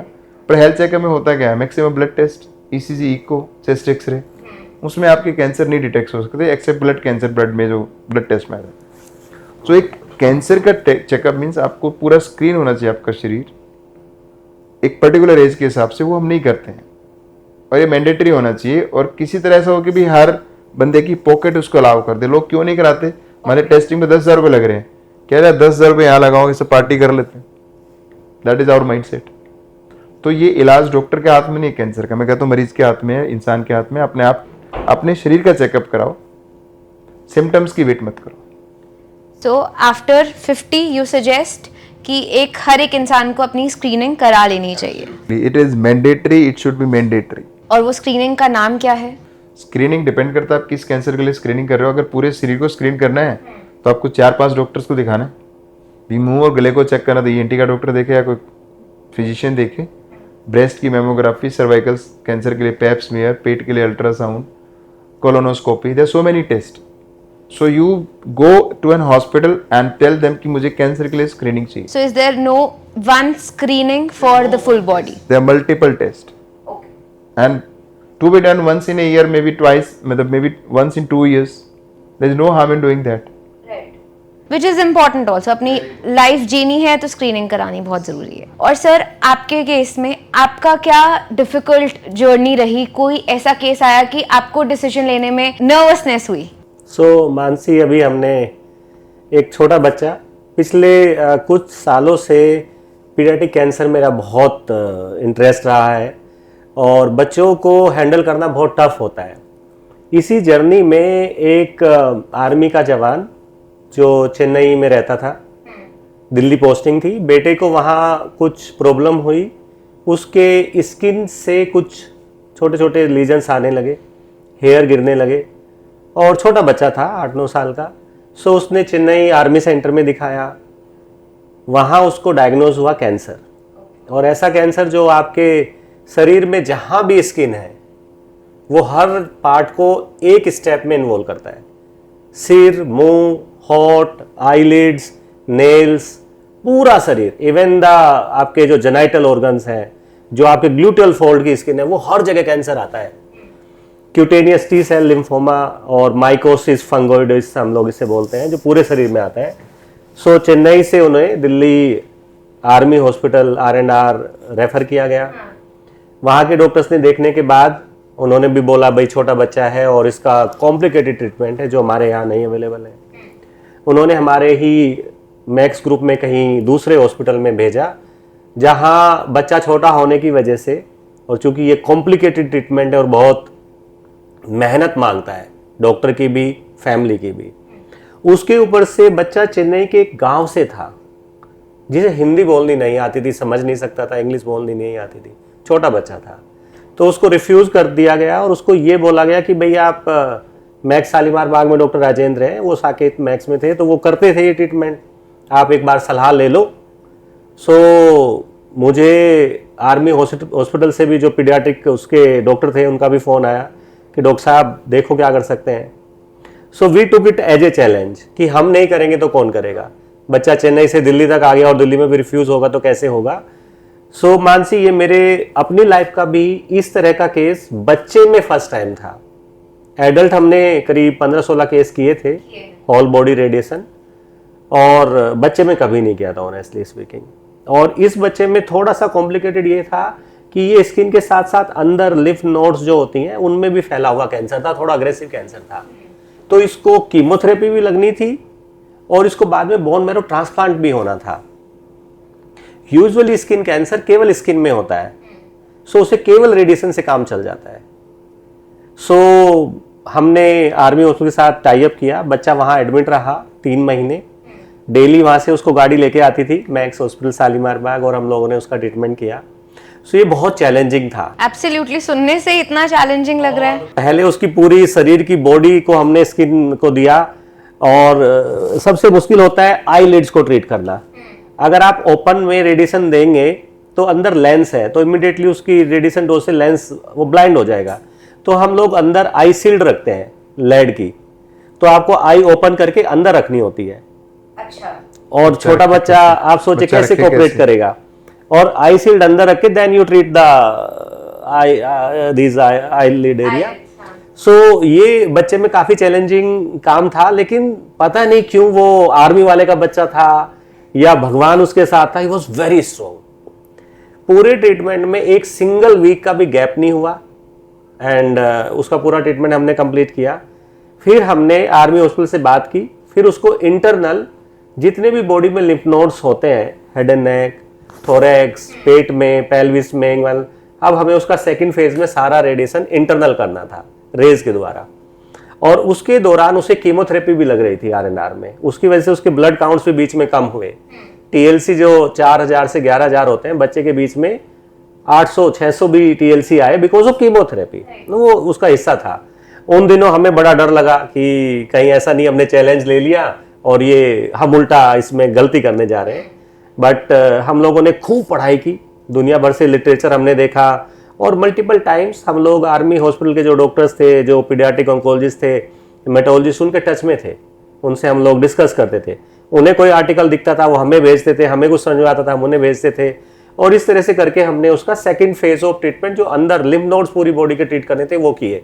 So how was the reaction of the kid on the second phase? So बच्चे ने बहुत अच्छा सहन किया, बीच में कुछ एपिसोड लो टीएलसी फीवर हुआ, but he tolerated very well. और उसके बाद उसका बोन मैरो ट्रांसप्लांट हुआ तो उसके फादर ने मुझे कॉल किया। His father used to speak मतलब little bit Hindi and English because he was in army. तो जब हम ट्रीट करते थे तो फादर बाहर बैठे होते थे और वो स्पीकर से बच्चे को मोटिवेट करते थे अंदर, क्योंकि वो अंदर तो नहीं जा सकते थे, जिससे हमें बड़ी हेल्प मिलती थी। अगर हम बच्चे को कुछ कहना चाहते तो father used to work as a translator for us. फिर बाद में फादर ने हमें बताया कि उसका बोन मैरो ट्रांसप्लांट हो गया सक्सेसफुली एंड बच्चा बिल्कुल ठीक है। बाद में हमने उसकी वीडियो शूट भी किया टू मोटिवेट अदर चाइल्ड। ऐसे ही एक बच्चा हमने जो ट्रीट किया, एक केन्या से एक बच्चा आया था, अफ्रीकन कंट्री से, केन्या से। तो छोटा बच्चा था, उसको हिप एरिया में बड़ा कैंसर था, सार्कोमा, और जो उसकी रीढ़ की हड्डी में चला गया था और बच्चे के दोनों पैर काम करने बंद कर दिए थे। इस स्टेज में बच्चे के फादर, यूरी नाम है, मैं उस बच्चे का नाम कभी भूलूंगा नहीं, वो उसको गोद में लेके और जब वो थक जाते तो पीठ पे बैठा के हॉस्पिटल लाया करते थे। उसको पहले 1 या 2 साइकिल कीमो दी और कीमो में रेस्पॉन्स अच्छा मिला, बट कीमोथेरेपी यूजुअली जब बोन के अंदर ट्यूमर चला जाता है, ब्रेन में चला जाता है, तब बहुत काम नहीं करती। तो हमने अपने ट्यूमर बोर्ड में हमारे साथियों ने डिस्कस किया कि भाई आप इसको रेडिएशन दीजिए, बट ट्यूमर बहुत बड़ा था और चूंकि वो रीढ़ की हड्डी में चला गया था, यूरिनरी ब्लैडर में इन्वॉल्व किया हुआ था, पूरा ग्लूटियल एरिया था, तो ही वॉज नॉट ऑपरेबल। तो ये एक बहुत चैलेंजिंग केस था। हमने उसमें रेडिएशन दिया, again language barrier, but father used to speak and understand English and he used to translate to the child in the native language. उसको भी हमने ट्रीट किया, around 6 weeks we treated. After 3 to 4 weeks the child started standing, which is a miracle. And by the end of radiation he started walking. And हमने उसका भी we recorded his video when he is walking in our radiation department. इस तरह के जो cases आते हैं, कई बार केस मानसी ऐसे आते हैं जिन्हें कैंसर मल्टीपल टाइम्स हुआ और उसने पूरा ट्रीटमेंट लिया, सर्जरी भी हुआ, रेडिएशन भी हुआ, एंड उसी ऑर्गन में दोबारा तीसरी बार कैंसर आया। तो ये केसेस भी हमें चैलेंजिंग होते हैं। ऐसा एक केस मुझे आया था, स्पाइनल कॉर्ड, रीढ़ की हड्डी का cancer, young girl, she was teacher by profession and उसका 2 बार रेडिएशन हो चुका था और 2 बार सर्जरी हो चुकी थी. So treating third time to the spinal cord is very challenging. तो वही सोचा हम नहीं लड़ेंगे तो cancer will kill this girl. वो बेड रिडन थी वैसे ही. So we treated her with consent. Obviously we explained each and everything because she was a teacher, she was educated girl. So we treated and God supported us and now she is on her legs and she is moving. She is alive and everything is great.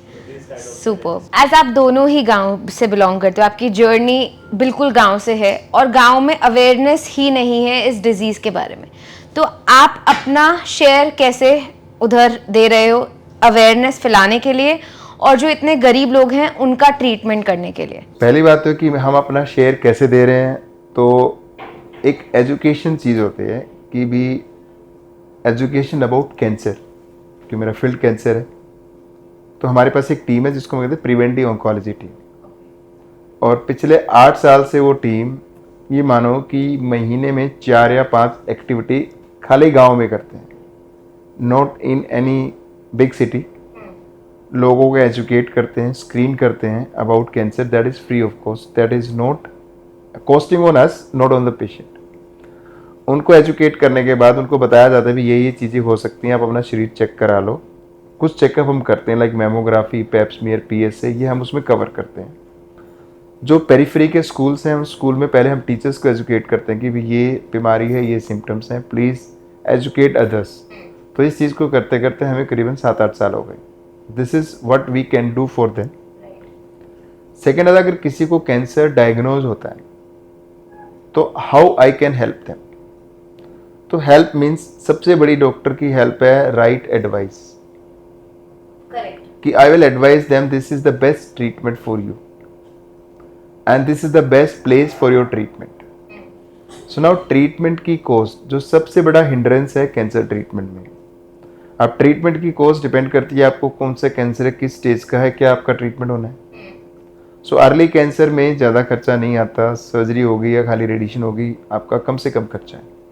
Problem आती है जब आप advance stage पे diagnose होते हो, आपको chemo भी लगेगी, सर्जरी, रेडिएशन, वट एवर.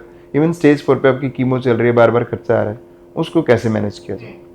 तो हम जब एजुकेशनल टॉक्स करते हैं तो एक चीज़ बताई जाती है उनको, प्लीज़ अपना हेल्थ इंश्योरेंस कराओ, प्लीज़ कराओ. अगर आपके पास पैनल है तब भी कराओ, क्योंकि पैनल में भी कई बार आपको खुद पे करना पड़ता है एंड देन आपको बाद में गवर्नमेंट से मिलेगा वो साल बाद, 1.5 साल बाद, 2 साल बाद. Health insurance is cashless and अपनी भी कराओ, पेरेंट्स की भी कराओ, बच्चों की भी कराओ, सबकी हेल्थ इंश्योरेंस जरूरी है. This is the only way to get the best treatment. अब सेकेंड है कि आपके पास ऑप्शंस हैं कि like I am working in this group, Max group. लोगों को समझता है कि कॉस्टली अफेयर, बड़ा हॉस्पिटल, कॉस्टली. तो मेरे पास मैंने कुछ सेंटर्स खोले हुए हैं पेरिफेरी में, जहां हम थोड़ा सा इकोनॉमिकल ट्रीटमेंट करते हैं with our best doctors. Same doctor, वही same treatment but at economical rate. And आज तक मैंने किसी को ना कहते नहीं देखा and they get it done. उनको ट्रीटमेंट अच्छे डॉक्टर से चाहिए, थोड़ा सस्ते में चाहिए, हमने उससे सस्ते में चाहिए, थोड़ा सस्ते में चाहिए एंड केयर भी बराबर की चाहिए. So I started this 6 years back when I came to this chain कि भी यार सब लोग अफोर्ड नहीं कर सकते. They want treatment by us. They don't want treatment by us at this hospital, but they want treatment by us. So we found a solution. And उससे ऐसा ये नहीं कि भी मेरा काम यहाँ कम हो गया. My work was increasing. यहाँ पे भी पेशेंट्स को देखना. And they exposed me to more patients. So I will say कि हम दोनों में किसी में कोई वो नहीं रहा, सबका ट्रीटमेंट चल रहा है. So education देना one, you can tell them the best place to take treatment. This is my job for them. So ये नहीं कि वो गांव से आया तभी. Any patient who comes to me without panel, without insurance, we try to help them. I'm not donating them, but I'm giving them treatment with lesser cost and getting a lot of blessings. और sir आपके case में How do you help? जैसे doctor Abbas ने बोला, हम तो लोग हम ना मिक्सअप से ही पेशेंट है. हाँ, तो डॉक्टर राजेंद्र के पास मैं पर्सनली जाता हूँ. डॉक्टर राजेंद्र सस्ता करना है. See, we don't have centers where we have radiation machine, but we work in Max.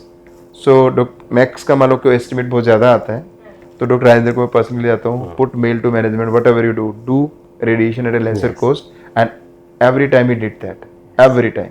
Now you can tell. So Mansi, one thing, जो एजुकेशन की बात है वो बहुत ज़रूरी है लोगों को समझाना, और लोग हमारे पास कभी नहीं आएंगे, हमें लोगों के बीच में जाना है. तो जैसे डॉक्टर डबास हरियाणा के गाँव का ध्यान रखते हैं, ऐसे मैं अपने बड़ौत बागपत में मैं वहाँ जाता हूँ और मैं हर सैटरडे ओपीडी करता हूँ. वहाँ जो भी लोगों को क्वेश्चंस होते हैं, स्क्रीनिंग से लेके कैंसर डायग्नोस हो गया, डेट नहीं मिल रही है, या बहुत कॉमन प्रॉब्लम हमारे ग्रामीण क्षेत्र में है डायग्नोसिस से डरना, बायोप्सी नहीं कराएंगे. बायोप्सी कर लिया, एलोपैथी ट्रीटमेंट नहीं कराएंगे, कैंसर छेड़ा तो बढ़ जाएगा, वो आयुर्वेदिक उसमें लगे रहते हैं. तो उनको काउंसिल करना. और साल में एक बार दिवाली के मौके पे मैं अपने गांव में, हमारे यहाँ मंदिर है, काफ़ी बड़ा ग्राउंड है, वहाँ हम टूर्नामेंट करते हैं. जैसे वॉलीबॉल की टूर्नामेंट किया, कुश्ती का टूर्नामेंट किया, तो 2 दिन वो दिन रात चलता है मैच. और उसे पूरे नॉर्थ इंडिया से अपने जितने भी अच्छी अच्छी टीम है, वो जो हमारे गाँव की टीम है वो सबको बुलाती है.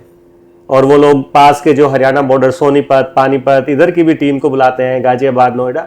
तो ये जो मैच चलता है, इससे पूरे गांव के आसपास के लोग आते हैं. उनके लिए खाने पीने के लिए हलवाई बैठा दिया जाता है कि आप पूड़ी हलवा सब बनाओ. और उन 2 दिनों में हम खूब स्क्रीनिंग करते हैं, लोगों को हंसी मजाक में बताते हैं. और जो लोग सच में कैंसर पीड़ित हैं वो 2 दिन में आते हैं, डिस्कस करते हैं. इसमें कई तरीके हैं सपोर्ट करने के. 1, हम स्टार्टिंग में उनको बोलते हैं कि एक लेटर आप बनाइए, हम आपको हेल्प करेंगे. आप मुख्यमंत्री हेल्प के लिए डालिए, आप प्रधानमंत्री राहत कोष के लिए डालिए, कुछ एनजीओज हैं उसमें डालिए. उसमें समय लगता है 2-3 महीने, बट कई बार वो आ जाता है ना. दूसरा तरीका है कि जो हमारे सेंटर्स हैं अपने, वहाँ पे उनका इनिशियल ट्रीटमेंट हम स्टार्ट करते हैं. और अगर उन्हें मैक्स की ज़रूरत है, बीएलके की ज़रूरत है, तो hospital management is very supportive to us for surgery as well as radiation. They don't ask कि भाई इस सर्जरी में इतना ही खर्चा आना है. नो, दे से डॉक्टर साहब it should be balance to the management also and so we give radiation as low as at 1 lakh rupees also. so 1-2 lakh में हम इन लोगों को बोलते हैं कि आप इतना पैसा अरेंज कर लीजिए and we will treat you.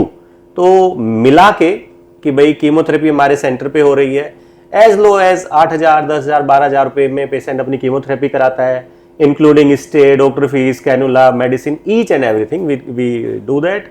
And 1 से 2 लाख में हम लोग उनका रेडिएशन और बेसिक सपोर्ट करते हैं.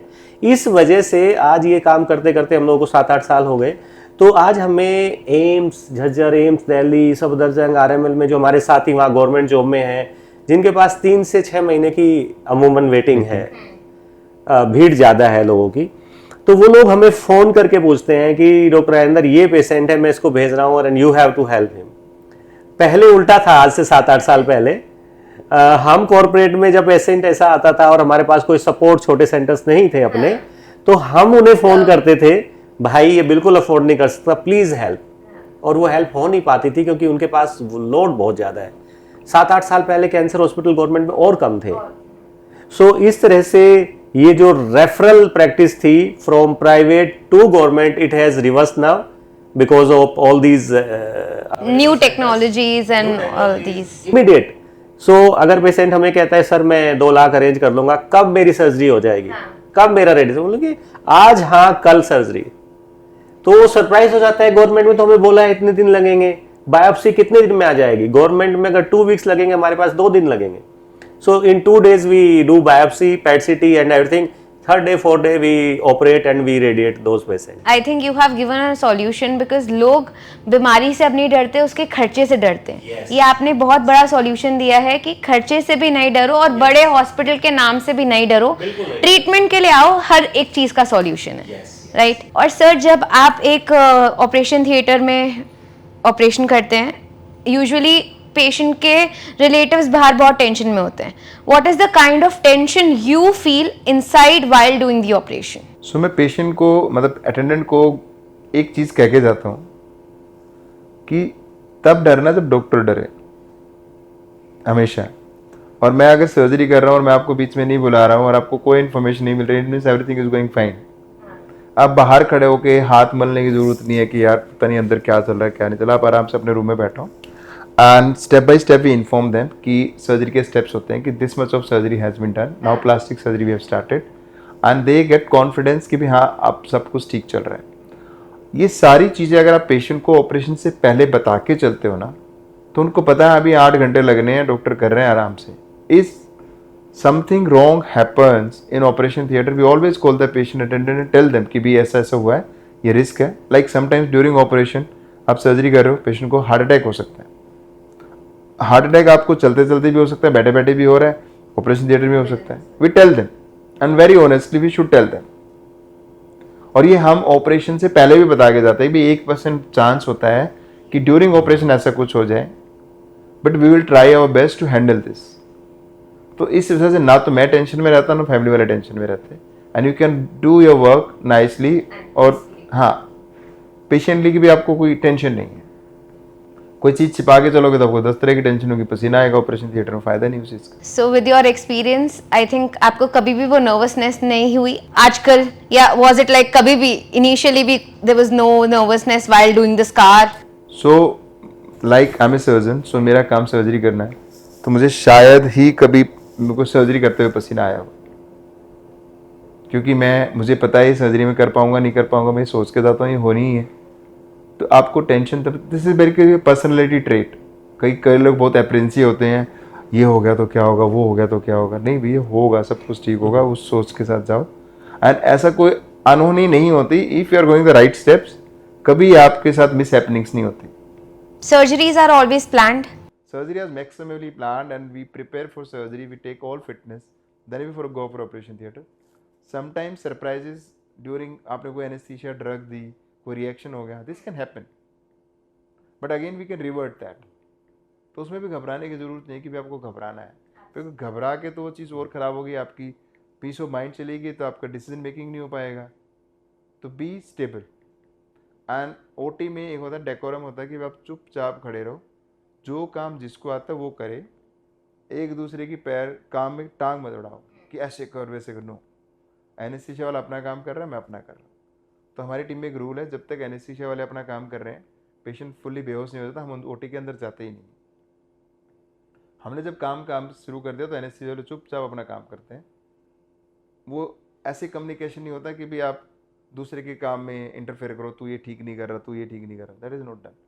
तो पीस ऑफ माइंड और एक इक्विलिब्रियम बना के रखना पड़ता है ओटी में, and this is how we manage this. हमारा ये कैंसर का ट्रीटमेंट हमेशा इतना हार्श क्यों होता है?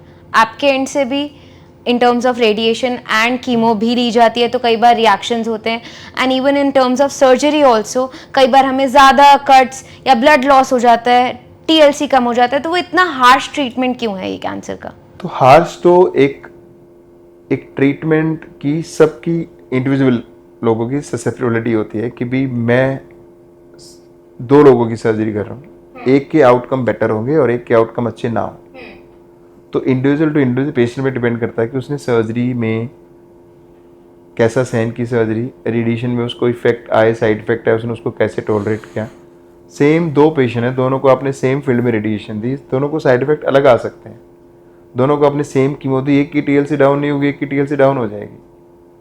तो but I will say the right doctor is that who can handle that, कि complication are part of treatment, but उस कॉम्प्लिकेशन के दौरान में जो कॉम्प्लिकेशन हैंडल करती, I am expert for that.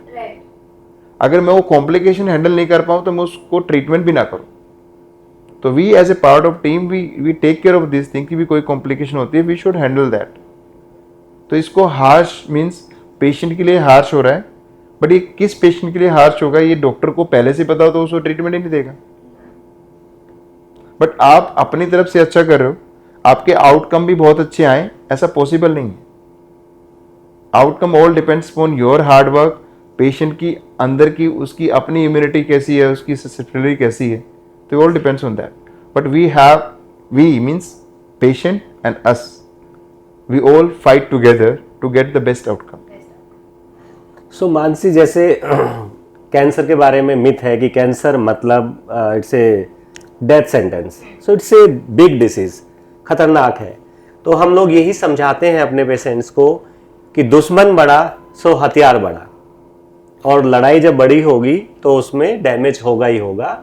But अगर हम पिछले 15 सालों में देखें, जब हम लोग अपनी ट्रेनिंग पीरियड में थे, मैं डॉक्टर डबास अपने अपने रेस्पेक्टिव फील्ड में थे, तब से अब में टेक्नोलॉजी और एक्सपर्टीज इतनी अच्छी हो गई है कि अब साइड इफेक्ट उतने ज़्यादा नहीं है जितने पहले हुआ करते थे। दूसरा, अब हमारे पास पेशेंट्स इतने ज़्यादा हैं कि हम ये अफोर्ड कर सकते हैं, प्लान कर सकते हैं कि रेस्पेक्टिव फील्ड में भी स्पेशलिस्ट हो। फॉर एग्जाम्पल, कुछ एनेस्थीसिया के डॉक्टर केवल कैंसर टीम में ही वर्क करेंगे, तो उनका experience daily cancer patient handle करते करते दे बिकम सो गुड कि वो कॉम्प्लिकेटेड से कॉम्प्लिकेटेड सर्जरी में हेल्प कर पाते हैं। फिजियोथेरेपी, कोई सोचता नहीं था कि अच्छा कैंसर के लिए अलग से फिजियोथेरेपी रिहेबिलिटेशन स्पेशलिस्ट हो सकते हैं, वी हैव। तो वो लोग हमारी हेल्प करते हैं हमारे काम के बाद।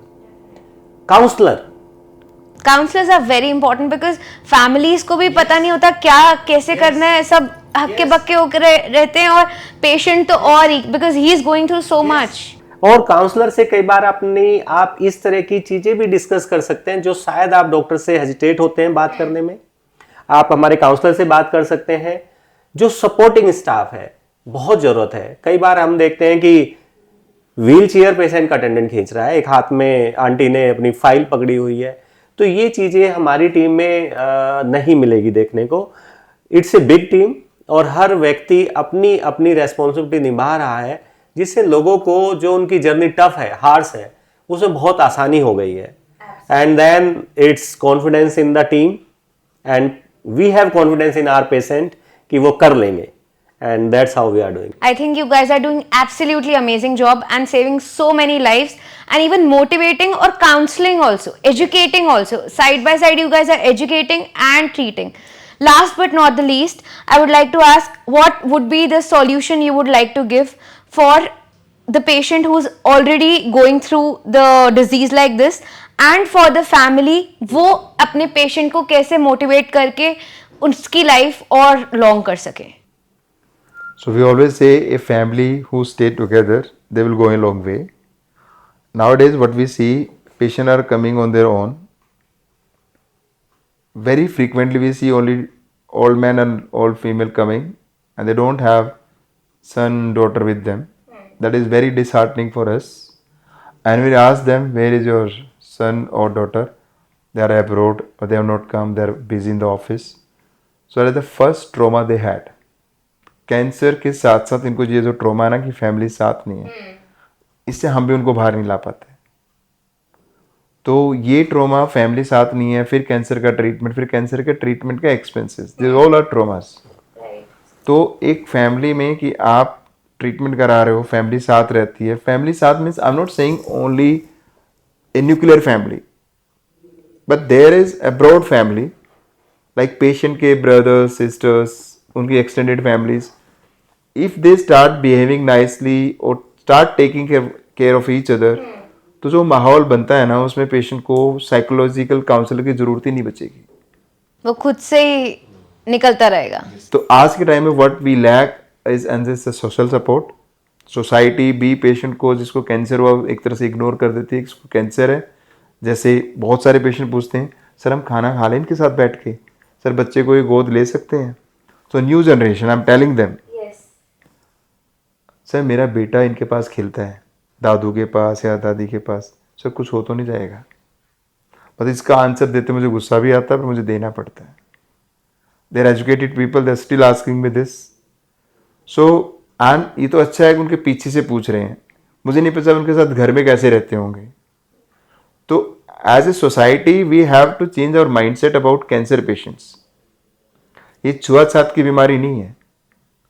तो अगर आप कैंसर के ट्रीटमेंट के दौरान आप एक साथ हो, तो पेशेंट के लिए सबसे मोरल बूस्टर सबसे बड़ा यही है।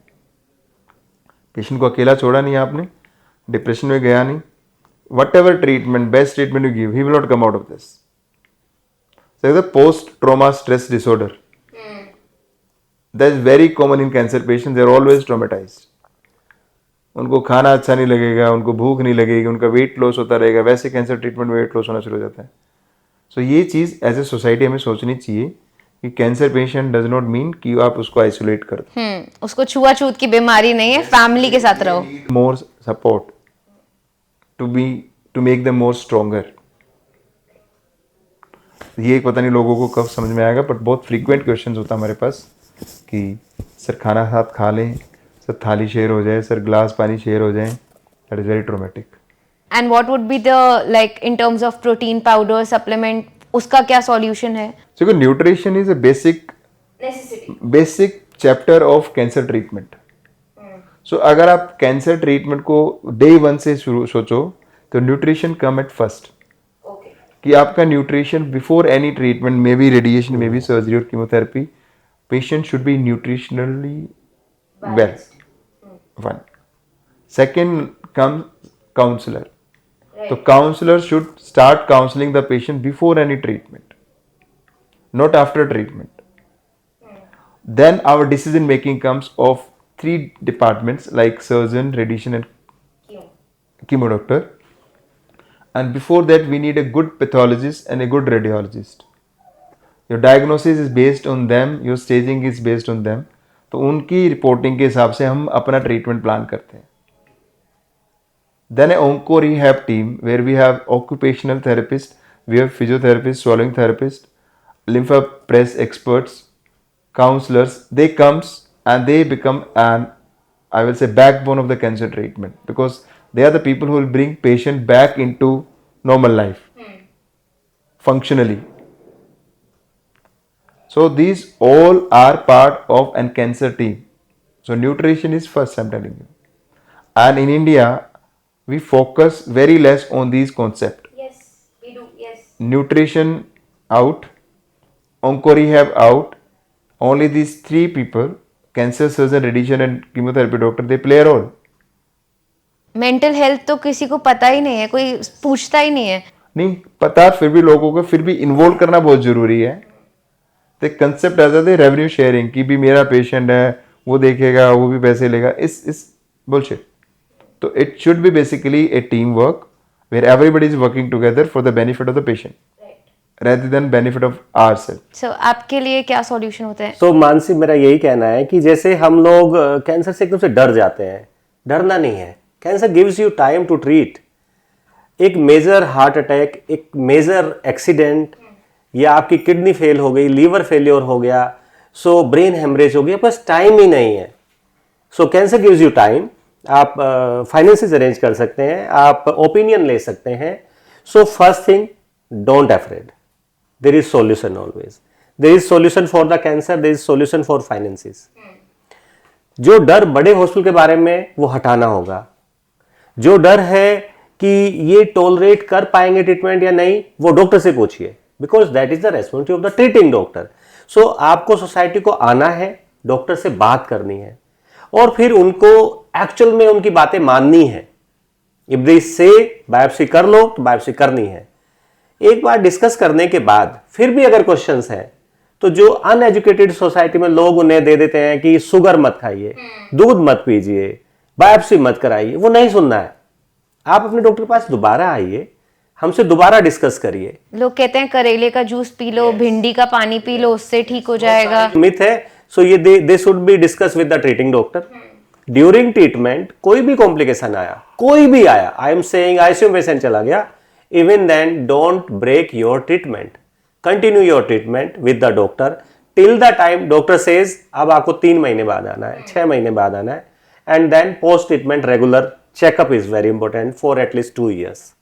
So that is our message, Mansi. So कितने टाइम बाद पेट स्कैन कराने की जरूरत होती है? मानसी, डिपेंड करता है आप किस कैंसर को ट्रीट कर रहे हो. हर कैंसर में पेट स्कैन की रिक्वायरमेंट नहीं है, तो ये डिसीजन उनको अपने ट्रीटिंग डॉक्टर पे छोड़ना चाहिए. आपको एक फॉलोअप प्रोटोकॉल दिया जाता है कि भाई इस टाइम आओगे ये चेकअप होगा, इस टाइम आओगे ये चेकअप होगा, and this should be followed very honestly by our patient, क्योंकि वो फॉलोअप आपकी अर्ली डिटेक्शन ऑफ रिकरेंस के लिए. तो कोई टाइम इंटरवल नहीं है. कुछ कैंसर में हम जल्दी करना पड़ता है, कुछ में हम लेट भी कर सकते हो, डिपेंडिंग अपॉन टाइप, उसकी वैरायटी क्या है कैंसर की, उसका एग्रेसिव बिहेवियर है या नहीं है. तो डॉक्टर आपको एक प्रोटोकॉल देता है आफ्टर यू आर डिस्चार्ज और once you are completed your treatment. आपने रीअकरेंस का बोला था कि विद इन 100 डेज अगर कोई ट्रीटमेंट फुल्ली हो गया तो उसके रीअकरेंस के चांसेस कम हो जाते हैं, बट स्टिल रीअकरेंस हो रहा है, तो उसका कोई सॉल्यूशन हो सकता है? नहीं, रीअकरेंस का सॉल्यूशन नहीं है, रीअकरेंस का अगेन ट्रीटमेंट। नहीं, ट्रीटमेंट मींस अर्ली डिटेक्शन पे ट्रीटमेंट है। ओके। सो आप रिकरेंस को स्टॉप नहीं कर सकते, आप रिकरेंस को अर्ली डिटेक्ट करके उसको फिर से ट्रीट कर सकते हो सो दैट फिर से क्योर हो जाए। So is it okay? Like this is the process and that is the okay process to cure it as soon as possible. Mansi, ये क्वेश्चन बड़ा कॉमन होता है कि जब पेशेंट का ट्रीटमेंट हो गया 6 महीने साल भर पेशेंट ठीक रहा और 20-30% पेशेंट्स में रिकरेंस आती है, 70-80% लोग ठीक रहते हैं, जीवन भर ठीक रहते हैं, तो फैमिली बहुत सरप्राइजिंगली कभी थोड़ा गुस्से में फ्रस्ट्रेशन में पूछते हैं, डॉक्टर साहब आप तो कह रहे थे बिल्कुल ठीक हो गए, फिर कैंसर दोबारा कैसे हुआ, आपने तो कहा था सारा ट्रीटमेंट हो गया। तो उसका जवाब ये है कि जब हम बिल्कुल कैंसर से फ्री थे और हमें कभी जीवन में कैंसर नहीं हुआ था, वी वर हेल्दी, तो फर्स्ट टाइम कहाँ से आया कैंसर? तो we can make our patient as they were before cancer, but that small risk is there, for that they have to be vigilant, उन्हें अपनी टाइमली उनको अपनी इन्वेस्टिगेशंस करनी चाहिए, डॉक्टर से मिलना चाहिए। अब लोग जाते हैं कि चलो बर्थडे है तो पार्टी करते हैं, दिवाली है पार्टी करते हैं, ऐसे ही उन्हें अपने डॉक्टर के साथ आके गप्पे मारने चाहिए। There is no harm in meeting after 3 months and there are small tests which can detect your recurrence early and then he or she is again curable, so we have to be alert on that. और उस curable के साथ they can be again healthy. Yeah. Thank you so much. I think we had a great time and we learned a lot about cancer. I hope the audience will also do the same. Thank you so much, sir. Thank you. Thank you, ji. Thank you.